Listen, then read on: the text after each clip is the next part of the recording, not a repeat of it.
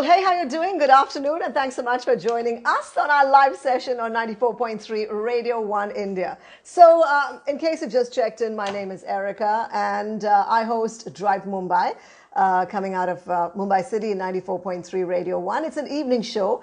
Every weekday, 4 to 9 p.m., you'll find me spinning you the hits. There's new, current, international sounds. I connect with, people from across the board. We talk music and fashion and lifestyle and TV and whatever's going on in our city, across the country and the world. I connect you to it. So a very interesting live chat today. I'm going to try and connect with one of India's fastest women. Her name is Sneha Sharma. I've had her on the show before. It's been a while, so I just thought maybe I'd get her back on to check in on her and see how things are going. So give me 1 second while I try and connect you to her. Sneha Sharma. Okay.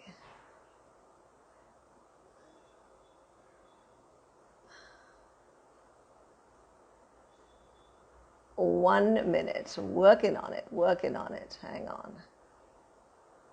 Okay. Done.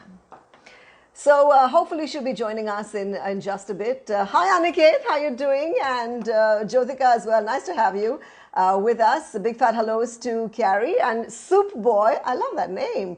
Also to Chirag. Glad you could join us today. Let me see. Oh, tons of you. Sneha is there. Okay, just give me 1 minute. Cancel. Okay, just a bit. It's Sneha Sharma. I'm really intrigued by a girl who's literally there. You are. I was just talking about you, Sneha. Welcome to the show. Thank you so much for joining us on this live session. So we chatted before on the show. I've had you on before, and I was so excited that here's this girl who has literally taken on the boys in the circuit. We've all faced the fact that, hang on, girls can't drive, but you proved everybody wrong. So firstly, well done. Thanks. So here's the thing, Sneha. When I looked at your PR kit, oh my goodness, it was like a tome, tons and tons and tons of stuff that you've done and all the awards and all the races that you've won. It's quite an adrenaline rush, isn't it? To go out there racing. Yeah, just adrenaline rush, and the high you get is like unmatched with flying and racing together. So I love both of them. Yeah. So, a little bit about how it all started for you, Sneha. You must have been a young girl. What is it, 14, 15, when you first hit the racetracks? Yeah, I was about 14. I had a sports cycle, the one with the gears, not so much with the pink hanging. Yeah. So I would ride really fast, and quite often in traffic, I would win against motorbike guys with an engine. Although I didn't mean to race, but they would race and I would not go. It's a nice riding. So I knew this. Yeah. And you need a platform to express it.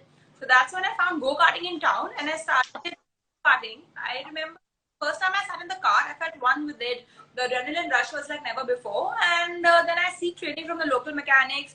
I raced a lot of local races. I by a national team. I did the nationals. Then I went flying to the US at the age of 17. Came back again. Yeah.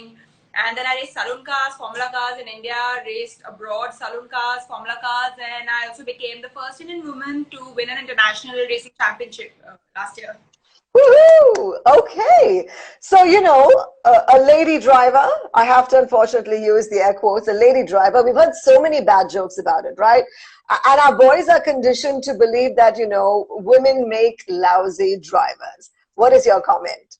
Well, I think women can fly. We have so many women pilots in India. In fact, the highest number in the world, and the maximum in Indigo I fly for. So I think if a woman can fly a plane, she can definitely drive a car. And I think, if women are gifted with the responsibility of handling a child, she can definitely drive a car. Sadly, men don't have. What is your relation with speed, though? Talk to us about that. Putting the pedal to the metal. Yeah, since I was very young, speed was in me. I used to speak really fast. I got elected for an elocution poetry competition in school, and the trainer gave me a high speed poetry. She said, "You speak really fast, so that's what we have to give you."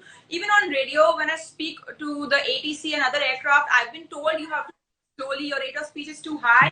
So I think it was just in me, and luckily I found these two and I did struggle a lot initially, but later I found support from JK Tires and Indigo, are my prime sponsors, and some in Malaysia. So yeah, I just love speed. I think it's the best way to make the most out of your time, your life, etc. Multitask, juggle.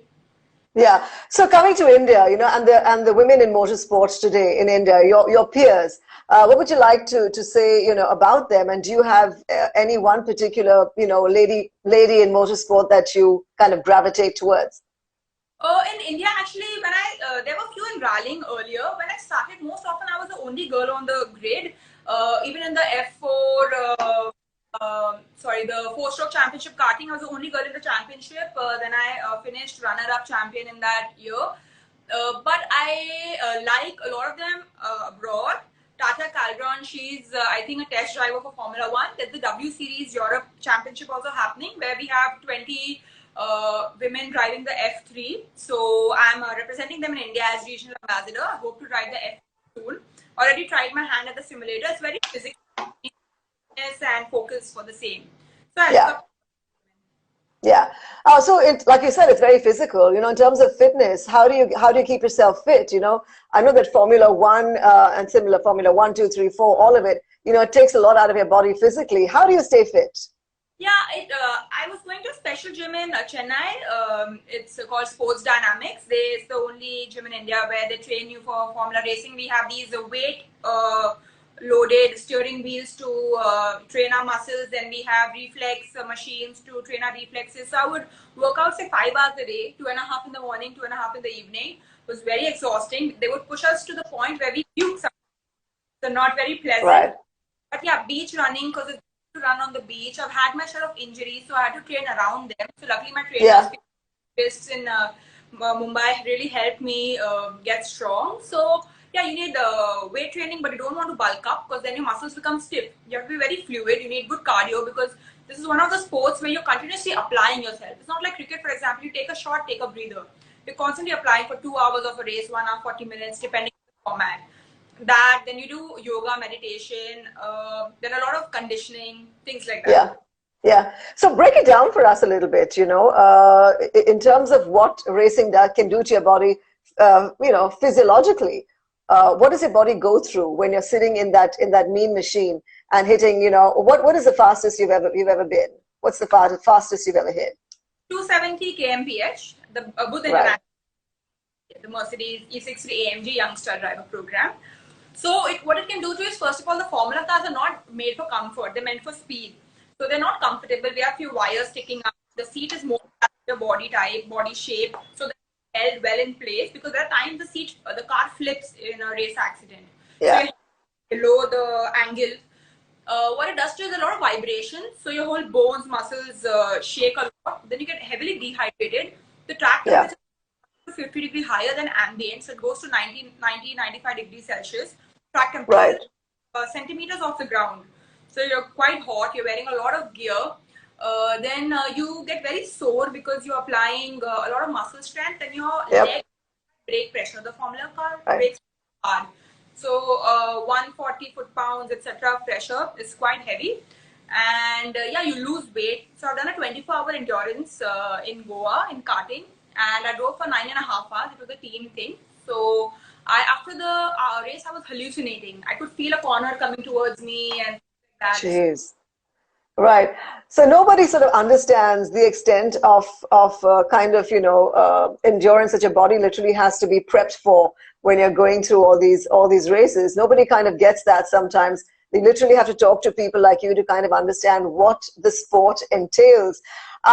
So the young girls who look at you for inspiration today, Sneha, and think that, hey, maybe I can do that as well. What are the hacks to try and get into the sport? How would you like to, how would they be introduced into the sport? And so go-karting is the basis of all Formula racing throughout the world. Most of our Formula One drivers started their roots at karting. That's one way. Second way to enter motorsport is time, speed, distance rallies organized by various people like JK Tires. So where you have a tulip, it's a team uh, championship where you drive through the city, go to a destination, and follow the route. So that's the end of motorsport.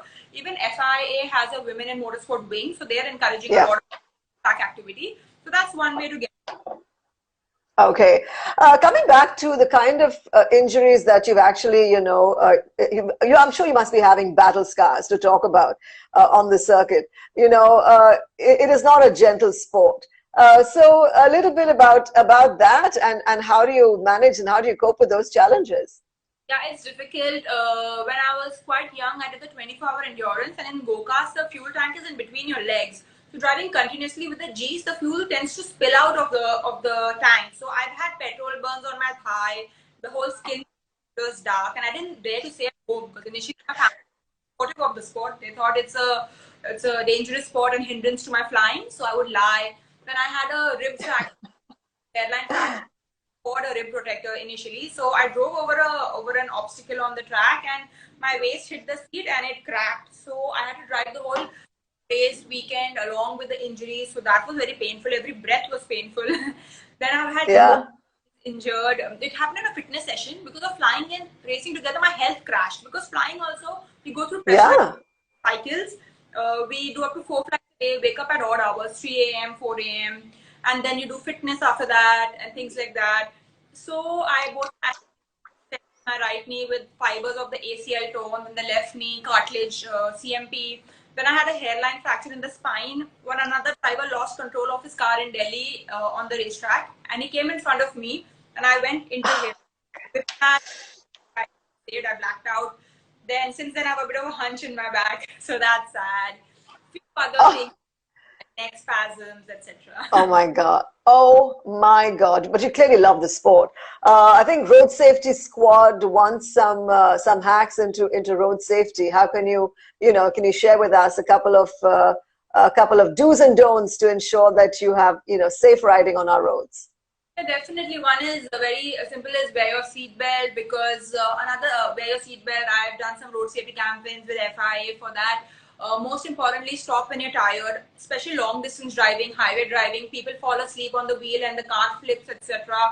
Very important to stop when you're tired. And about achieving speed, because if you want to achieve speed, you should go to a controlled environment like a racetrack where you have a lot of safety.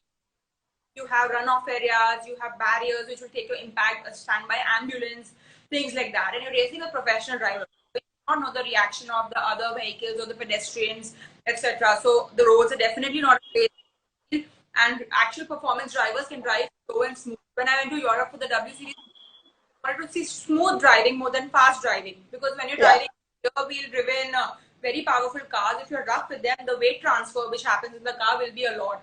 So smooth driving is key more than fast driving.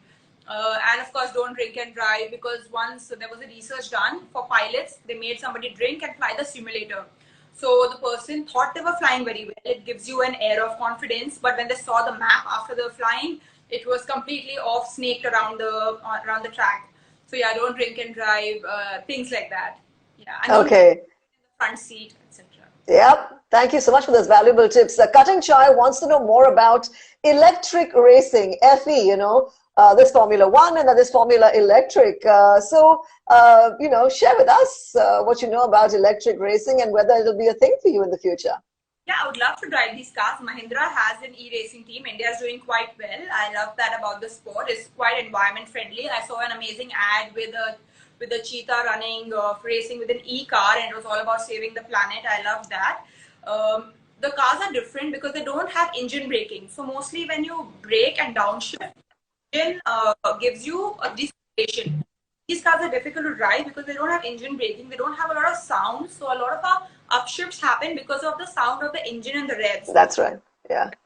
And they're quite different with the technical, because racers have to have technical knowledge, the data, etc. So it's quite challenging, and I'd love to drive these cars someday. Okay, thanks for that. We've got Dhaval Shukla who says, what about the science behind racing? Are you briefed about the track and the velocity, and the speed and all of that? How do you study the track before racing on it? So we have a track diagram with us, and each corner minimum speed is decided by a test driver. So that is the minimum speed, as in it actually means the maximum speed. You can Right. go faster than that, the apex, which is the point you touch the corner before you go out again. And we do a track walk, and we see the elevation, slope, upslope, downslope, because when you brake on a downslope, the car won't slow as much. Or when you upshift on an upslope, you might want to upshift a little later because you have gravity working against you. So we do a lot of study and a lot of runoff areas. So we see corners where there is a runoff and gravel, like Malaysia Sepang circuit I was racing. If you have gravel, you can brake late that corner. Even if you go off, you're safe. If there's no gravel, there's a wall, you don't want to make a mistake on that corner. So things like that. Wet driving, if there are rubber patches. So when we brake, same as on the runway, rubber deposits are left on the racetrack or the runway. So on the wet, that area becomes very slippery. So you have to draw. Yeah. Right, right. So, flying planes and then racing cars, how do you kind of switch between the two? Take us through that. Yeah, it was quite difficult initially. Say from the age of 16, I was doing three things: my 12th science, flying, and racing, flying studies at the time. Then when I went to US for a year, there was a break, but I did go karting there. It was fun.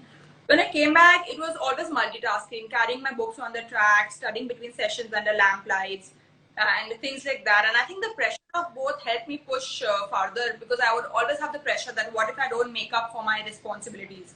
So that Yeah. really positive pressure. It was difficult. I would use all my personal leaves and offs to go racing. I would feel affected. But then Indigo, they were my prime sponsors last year, along with JK Tires. Then they helped me Yeah. with my flying pattern, my flying schedule, so I could do racing and flying together. So that was quite helpful. Yeah. Having the right support, having the right crew that sort of suits you and your racing style, how important is it? It is very important, because racing, people think it's not a team sport. They think it's an individual racing against another individual. But the amount of work which goes into the mechanics, the engineers, the test drivers, say the team manager, the documentation, a lot of rules are also there. It's not a rash sport as a lot of movies, describe it to be, like the Fast and the Furious, etc. Yeah. So yeah, it is a team sport. You have to be in sync, because only when I give a good feedback to my engineer can he do the tweaks on the car and the aerodynamics, so the car handles a certain way. So yeah, it's a team. Yeah. It is a team sport. Coming to the Fast and the Furious, I mean, that's like glamorized racing, right? So tomorrow, if you had to make your own movie, a Fast and Furious kind, who would you choose in your team? Who would you cast? I mean, I don't know. Say Lewis Hamilton would be available. I would love to have a movie Rush with Niki Lauda and Yeah, yep. That was brilliant. Have you met Lewis Hamilton or any of the guys from the F1 circuit? well, yeah, a few of them. Though I've had an interaction on Instagram with Lewis. He once commented on my picture, so that was very sweet of him. Okay.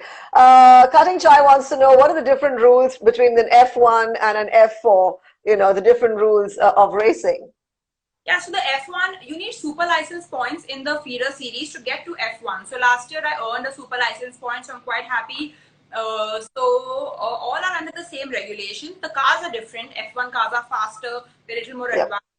And F4 cars are for learning and for developing a driver. And say the length of the races are different, and there are different in F4. There's one team, the one championship, they do. So these are the few differences. Okay. So, where to from here? I mean, there's so much that you've done, and so many things that you've achieved along the way. Where to from here? What is 2021 looking like for you, especially in the age of the pandemic? Yeah, I'm looking to do F3, the Volkswagen MU Cup in India. Last year I did Yep. in racing, because I was doing so much overseas racing, and I cannot mix cars because it changes your handling. So something with JK Tires, some women empowerment initiatives, a lot of flying. We're doing repatriation flights for Indians stranded abroad because of the pandemic. So yeah, I'm looking forward to a lot more racing, flying, and yeah, driving. We're so proud of you, Sneha. I mean, especially as a woman, and seeing what you're doing. You're flying planes, you're racing cars, you're holding your own, and it's a fairly male-dominated industry, isn't it? It's a male-dominated sport. As a woman and having you sort of survived through it all, what's been the life lessons for you? Oh, it was difficult. It's like, don't pay heed to what naysayers say. Second thing is fuel that. make that pain into your aggression and show it in your driving. Second thing I learned is don't pick a profession for women, but a profession you like and make your own place in it. So I had to do it in these two professions. I was the only girl in my batch when I joined the airline and things like that. So yeah, I tried, and that's what I've learned. That just consider yourself as a man or a woman. Once I put the helmet on, I'm only a racing driver. So that's what I like to share and try to be. That's fantastic. And moving forward, we've got Women's Day coming up, and in March we normally focus on women empowerment and women in the system. What would you like to say to the girls who are listening in? I would just say make your passion your paycheck. Now is the time. Now is the era for women, with women like you and women like us in the society to encourage other women. So yeah, pick your profession. You don't have to prove anything, and just do your thing. Fantastic. Hey, thank you so much for joining us. It's always a pleasure chatting with you. Looking forward to connecting with you real soon. I'm hoping that we'll get back into the studio soon enough and we can have you with us in our studios, and keep racing, keep flying high. Thanks, Erica. Looking forward to hear you on radio. Yeah, thanks. And to all of you who've joined in the chat, thank you so much for sharing your thoughts and sharing your comments and your questions. Well done, Sneha. We shall be in touch with you soon. Thank you.